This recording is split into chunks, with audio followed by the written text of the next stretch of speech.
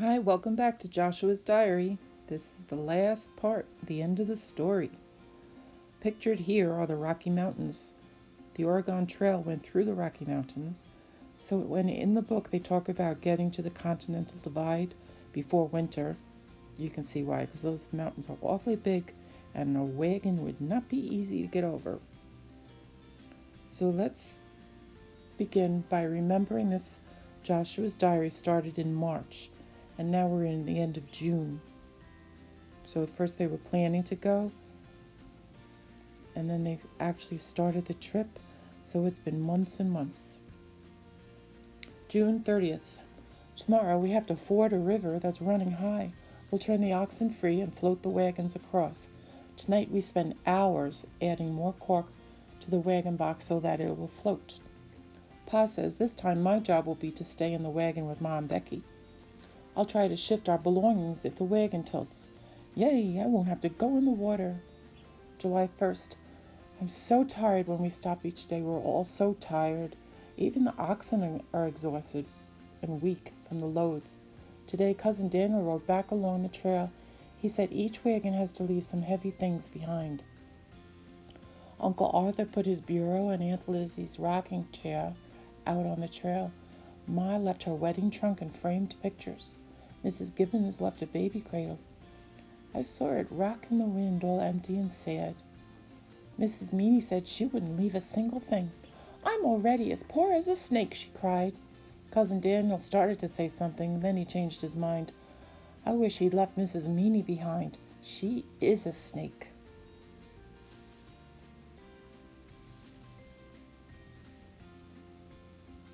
July 4th. For some reason, everyone seems happy tonight.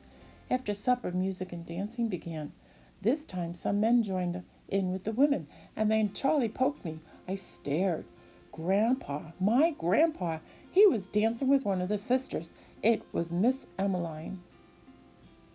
Later, I heard Ma tell Pa that Grandpa was making a fool of himself. Pa just smiled. I turned away from Ma because I was smiling too. July 5th. We're moving even slower now. Cousin Daniel pushes us. We're supposed to reach Independent Rock by yesterday, July 4th, Independence Day, so we're behind schedule. But not by much. It's awfully hot. It's as if all the days of August, July and August got all rolled up into one. Sweetwater River. Another river crossing. Daniel says we'll cross it several more times. When Mr. Stewart made this trail, couldn't he make it straight? I bet he wasn't scared of water. If he had been, he'd never had done it this way. Independence Rock, July 6th. We are too tired to celebrate. South Pass. We've crossed the Continental Divide. On one side, the river flows to the east to the Atlantic. On the other side, the rivers flow west to the Pacific. Pa tells me that's why it's called the Divide. I should feel excited. I just feel tired. Ice off. We found ice. Yes, truly. Here in the winter, the river backs up and fills up the land. It freezes deep down. You can cut down into it and find ice. I cut deep and came up with an ice chunk and gave it to Bobby. She thanked me, but her voice was as cold as the ice. She didn't even look at me. I threw an ice chunk at Charlie and missed and almost hit Mrs. Meany. She ducked under that ugly blue thing she's knitting, and she howled like a wolf. I said, I'm sorry, Mrs. Meany, but I wasn't sorry. I'm not sorry.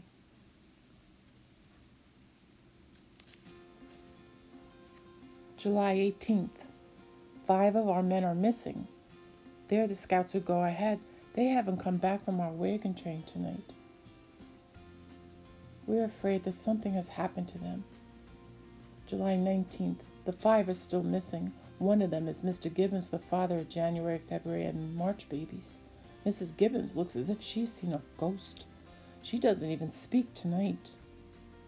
July 21st. Mrs. Gibbons wept all night. I could hear her in her wagon. Ma took Becky and went to stay with her. Pa said the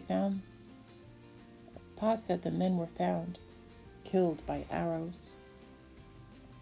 Fort Hall, August 3rd.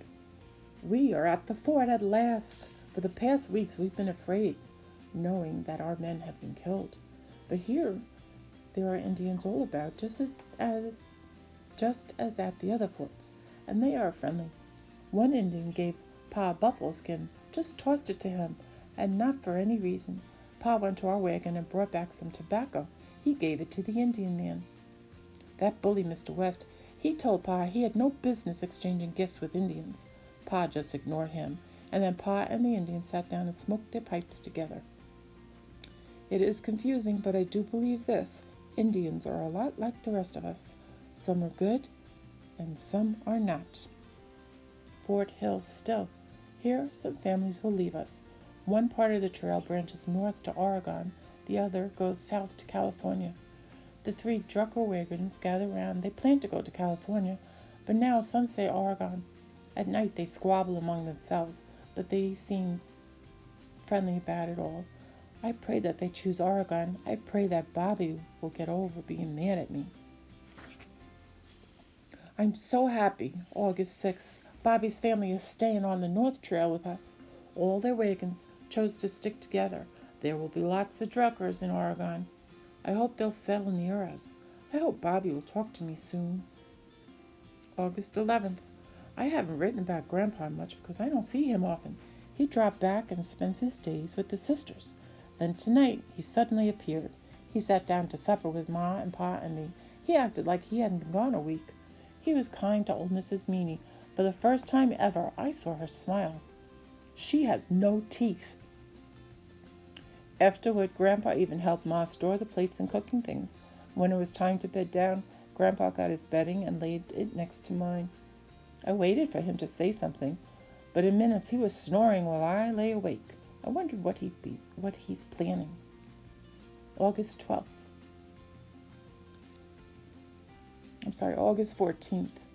Grandpa's been riding beside us for 3 whole days. He doesn't say much. It's like he has a secret. I keep waiting for him to tell me. I think I know what it is. I don't mind. Grandma's been dead a long time and he's lonesome. But I wonder what Ma will say. Snake River. A terrible crossing, a treacherous crossing. My heart is thumping bad tonight. We had to cross a roaring river. The men chained the wagons together, one behind the other. Then teams of oxen were chained together to help pull. Like other times, horsemen rode alongside. They whipped and shouted at the oxen. Oh, but first we had to make the wagons more watertight. We used bedding and sheets soaked in tar. We even used our own clothing. We made it across. I stayed in the wagon with little Becky. Pa said I must. I was relieved, but now I'm sure that Pa knows that I'm scared. August. Hot, hot, hot. One of the hardest days yet. The sun was scorching. My arms are sunburned bad, even though Ma covers them with grease. Then in the midst of this blue sky, a storm broke out. The sky turned blacker than night. The wind whipped up and the horses tucked their tails underneath themselves. The oxen quivered. The wagon covers billowed. And then the rain came down. And ice, hail. It was so wicked we stopped. We took shelter as best we could. For an hour it raged. I've never seen a storm like this. In Missouri, we don't have storms like this. Grandpa and I huddled under the wagon. I didn't see Pa, but Ma was inside the wagon with Becky. I picked up a chunk of ice as big as a rock. I held it in my hands. I don't know why, I just did. I held it a long time. I wanted to see how long I could stand the pain. Tears came, but I held on to it. After a minute, Grandpa reached over and took my hand. He made me drop the ice chunk, but I couldn't stop the tears. Grandpa just held my hand. He held it for a long, long time. He said softly, "Don't fret. The end is in sight." I didn't answer, but inside my head thoughts ran around like little mice. Mr. Allison is dead. Mr. Gibbons got killed. Mr. West is vicious. And poor little babies are dead. My feet hurt. I'm hot. I'm cold. I'm scared of water. I'm scared of Indians. Practically every day I'm scared half to death. Bobby is mad at me, and I don't know why I care. Grandpa murmured, I know, as if he was listening in on my thoughts. I feel sad and horrid inside. Late August. Nights are cooler now. We find it easier to sleep, but Cousin Daniel says cold nights mean early winter. He's pushing us hard to make even more miles each day. Yet in the mountains, it's harder to move our wagons. It's also harder to walk. We go single file. It's especially hard walking because my shoes are worn out. Pa fixed them with strips of leather, but they flap and they trip me. I reread this diary. All I do is complain. I should be more like Ma or Adam. Ma didn't want to go, but now she makes the best of it. And Adam is quiet and prays. August 24th. Tonight when we camped, I looked close at Aunt Lizzie. She looked different. She's fat. And then I will be happy because I realize there will be a new baby in the family. In the Cascades. Tonight, something terrible and wonderful. We were high in the Cascade Mountains, partway up, and we had to ford another stream. It was swift and deep. Ma was in front of our wagon with Becky on her lap. Pa was on the far side of the water. I was in the water on the other side. Suddenly, our wagon began to tip. Pa pushed. Ma shouted, "Lean this way!" She shoved herself hard against the side of the wagon. I looked up at her, and as I looked, Becky tumbled from her lap. She fell into the raging river almost by my feet. Before I could grab her, she was swept downstream. I dove after her. I don't know what I was thinking. Nothing. She disappeared under the water. I dove under too. I was swimming, but I don't know how to swim. Under the water I saw her dress, a bit of white floating. I reached for it. I got it and pulled it to me. It was heavy. She was heavy. I held her to me. I lifted her up and struggled to shore. People were shouting. I could hear them. Becky's face was white and blue. She didn't make a sound. I shook her hard. I shook her again. "Wake up!" I yelled. She coughed. She spit water, and then she began to wail. She howled. I blinked back tears and hugged her tight. People crowded around. Someone took her from me. They handed her to Mom. My baby sister is alive tonight. Ma and Pa just hug me and hug me and hug me. Later, Pa told me I was very brave. I told him I was scared stiff. Pa said, "That's what courage is all about." Still later, I was sitting alone by the fire, and Bobby came and sat beside me. I wondered what she was up to, but I was too tired to care. All I could think about was Becky. After a long while, Bobby said, "You mad at me?" "No, you should be." "You should be," she said. "I was a ninny." I looked at her. "I was wrong about you being a chicken." "Oh, I don't know. I was scared stiff." "Yeah," she said. "I'm scared too." "Of what?" She waved her hand around. "This. I'm tired and scared. Do you think we'll ever get there?" I nodded. "I think so," I said. "I think we will." Cascades still. Up and over the Cascades. Soon we be where we set out to be. Pa did a count. He said about 1 of every 15 people who started out have died. And we've lost more oxen and cows and mules than you can shake a stick at.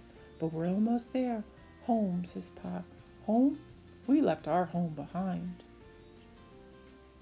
Mid-September. When we make camp, we're too tired to even talk. People just eat and then bed down. Mrs. Hull is like a mother hen to Mrs. Gibbons. She fusses around. It's like she's adopted all 3 of them, January and February, and Mrs. Gibbons too. I think Mrs. Hull has a very big heart.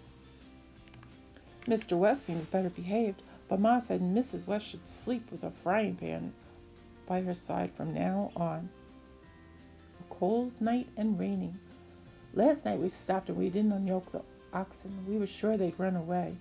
They're yearning for food and water and rest, so we let them sleep in their yokes, but this morning 2 were dead. Dead, but they've come so far with us. Ma promises it will be better when we get to the valley. I wonder how she can be so sure. Next day, I was gathering firewood by the stream when Papa came to me. Miss Emmeline was with him. He said, "I'm married, Josh boy." Just like that. "Reverend Jackson did the honors last night," he said. "This here is my bride." I just stared, and I said, "Oh," or something else just as brilliant. Miss Emmeline blushed. "Tell your ma," he said. "Me?" I said. Grandpa nodded and grinned. He said, I don't have your kind of courage, son. Later, I told Ma about Grandpa. She pulled her mouth into a tight line. No fool like an old fool, she said. Pa just winked at me. September 27th. I'm so happy to have Charlie and Adam and Bobby walking with me again, and even me too. He's maybe not as bad as he used to be. Things aren't so bad when you have friends. October. We're almost there. Pa says another day, maybe two. The end of the trail. We're so weary. The oxen are more weary. So everyone walks now, even the babies. Aunt Lizzie is getting big with child, but she walks too. Only Mrs. Meany rides, and she knits and complains. And poor Buster, the pads on his paws refuse to heal. So Bobby and Charlie and Adam and I take turns carrying him. Charlie is nice to Bobby now. I don't know why, but it makes me happy.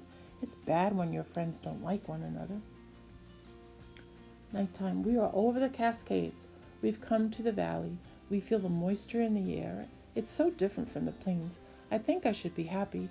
I am happy. We are where we set out to be, but I'm so tired. Morning. This morning we looked around. We seem to be on top of the world. The wind blows and the leaves dance. It's so different from St. Joseph. It's green, even now in October. Ma held Becky in her arms. She has hardly put Becky down since the river accident. She pointed out the valley and said, Well, what about that, Mr. McCullough? I think we made it, Mrs. McCullough, Pa answered, and then he turned and reached for me. We made it, Josh, he said. I nodded. We did, I said. Later still, soon we'll each choose and mark off our square mile of land. But for now, we set up tents. We all wanted to stop living in wagons. And Lizzie and Uncle Arthur put their tent right beside our own. Bobby's family put their tent on the other side. And then, it made me mad to see, but the Meanies took a place close by. Old Mrs. Meany is still as mean as she can be. I don't think the mountaineer has changed her mood at all. Grandpa set his tent a long way off. The Hulls and the three Gibbonsons have made a place together. I'm glad that they care for one another. And to think, I had hated Frederick Hull. So we have a little neighborhood, just like back at the beginning of the trail. Next day, Grandpa came to our tent with Miss Emmeline. Is that what I should call her? I know I can't call her Grandma. Ma was inside, sweeping. She turned and saw them in the tent doorway. She brushed her hair out of her eyes. She looked at Miss Emmeline. She looked at her Pa. No one spoke. And then, I'm so proud of Ma. She went right up to Miss Emmeline. She kissed her on the cheek. Not just one cheek, but two. Later. I can hardly believe this. At supper time, Mrs. Meany hobbled over to Ma. She handed Ma an armful of something blue and fluffy. That thing she'd been knitting the whole journey here. Here, she said, real gruff-like, a blanket. You're a good enough woman. And then she hobbled away. Ma just stood there. I believe she was stunned. After a minute, she stammered, Thank you. A good enough woman? I hardly know what to make of it. Early morning, October 12th. This morning, Pa picked up a paintbrush and a bucket of tar. He said he'd been thinking what to write on our wagon. He looked at Ma. Well, he said. Ma smiled. Go ahead, she said. What? He said. You know, she said. Pa just looked at her a minute, and then kind of quiet like he said, Home? Ma nodded. Home, she said. Pa looked at me. His eyebrows went up. I thought for a minute. Home? Was it home? It was strange. I looked around me. There was Becky and Ma and Pa and Grandpa and even Miss Emmeline and Aunt Lizzie and Uncle Arthur and Charlie and Bobby and everybody. I smiled. I took a deep breath and nodded. Pa turned back to the wagon, and he painted across the back, Home. We are home. I do think that those are the best words ever. And I'm going to end with a picture of a valley in Oregon. I do not know if this is where Joshua's family left, but you can see how green and beautiful it is. I hope you enjoyed this story of historical fiction.